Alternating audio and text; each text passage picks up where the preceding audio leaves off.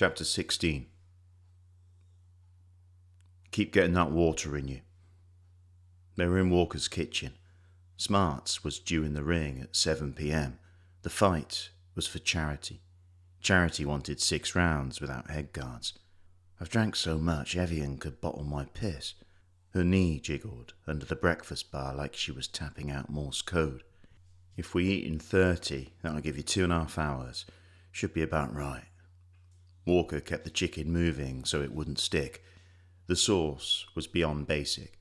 A tin of tomatoes mixed in with the chicken, but the pasta was dense and brown and would fuel Smarts through the 6 rounds. They ate in the type of silence that sits on your shoulders.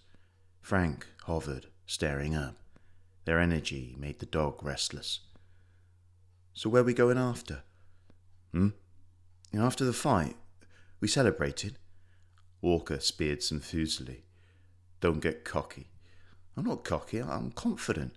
You told me to be confident. She had reason to be confident.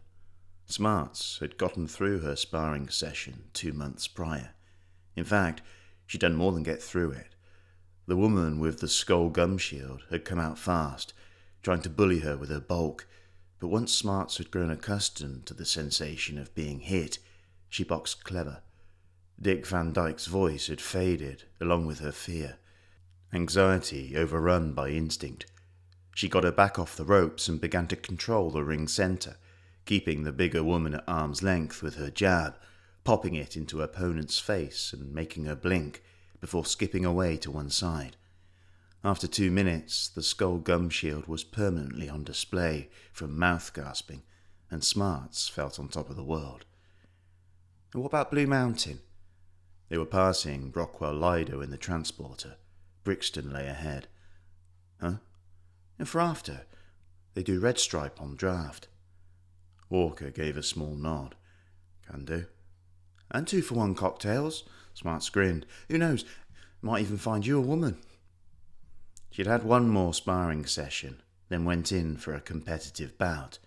4 rounds on the gym's fight night, a monthly meet where like-minded people could knock the shit out of each other. Smarts stopped her opponent inside a minute. Her fear was history, the songs a memory. Walker shuffled in his seat. Make sure you stay behind the jab. For sure. If the body is there, take it. Yep. 4 more fights followed. She won them all. I've seen her spar. You're the better fighter. He paused. Just don't think you are. Walker pulled into the gym car park. There was a giant 2-story billboard on the front of the building, featuring a pair of golden boxing gloves, half crescented by the words Duke's Gym. All the letters were intact. The converted warehouse where Smarts trained was more spit and sawdust, without the sawdust. Walker killed the van's engine, and an awkward stillness fell inside the cab as mechanics ticked and sighed. How you feeling? You're good. Real good.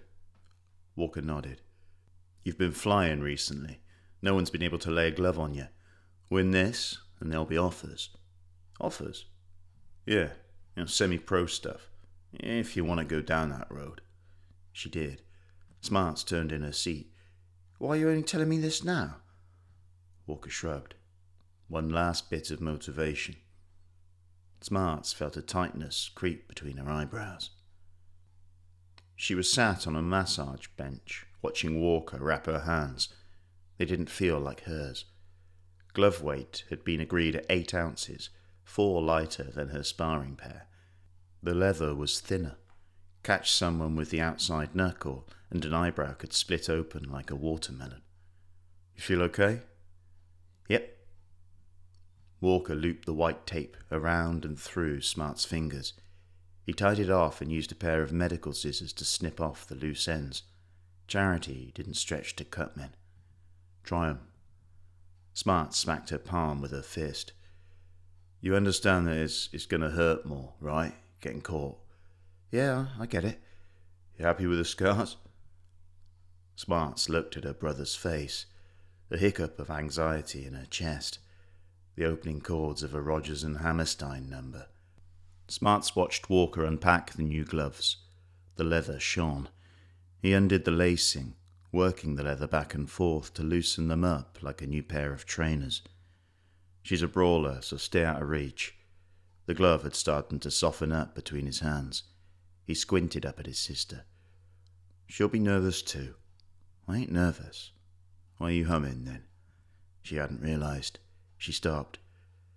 Do people here know I'm your sister? I don't know. Some will, some won't.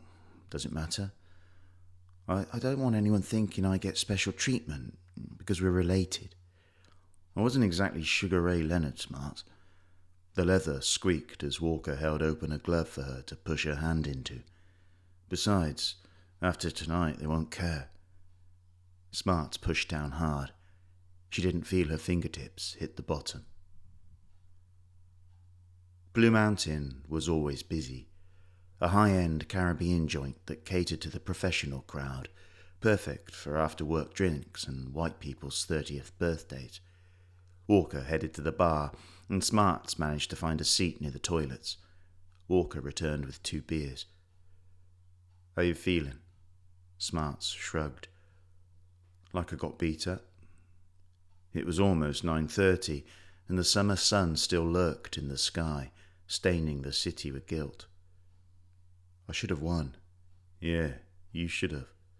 Then why didn't I? She spat the words at Walker. You were unlucky. Smarts tipped her head back and saw off most of the beer.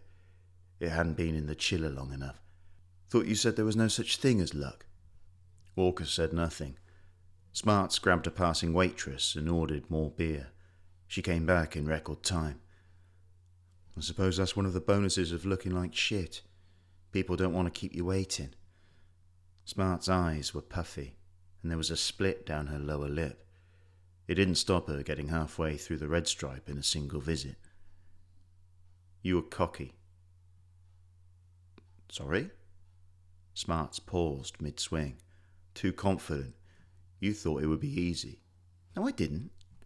Yeah, you did. Walker's voice was level. You had a couple of nice sparring sessions, then a few gimme fights, and suddenly you thought you were Nicola Adams. Smarts put down her beer. You what? You lost the fear and thought it was a good thing, but it ain't. Fear is useful. Keeps you safe. Keeps you on top. You lose that fear, and you forget how to survive. I understand all that shit when we were growing up. Smarts banged the beer bottle down hard on the table. People looked. She didn't care. I'll tell you what happened. Smarts leaned on her elbows towards the centre of the table. You didn't prepare me well enough. Paul Simon sang from the speaker above their heads. You didn't talk to me. You didn't talk me through what I was supposed to do. I wasn't given any details. You let me get on with it. She downed the rest of her drink. You sent me in there to lose. Why would I do that? I don't know. Why would I want you to lose? I don't know, but it fucking happened, didn't it? She was shouting. People looked. Walker looked back. People stopped looking. You always said have self-confidence. I believed in myself. There's a difference between confidence and arrogance. That's such a fucking cliché. Her eyes had gotten wet. There isn't. Not really. People who say that. She shook her head. They say it to make themselves feel better about not being a winner. Walker sipped his beer. You mean being a loser? Smart shrugged and drew the back of her hand across her eyes. Same difference? They sat for a moment in silence. Then Smart stood. I'm off. Walker stayed sat. Gotta go pick up the kid. Walker nodded. Smarts placed a £20 note under her empty bottle. She wouldn't see her brother again for over a year.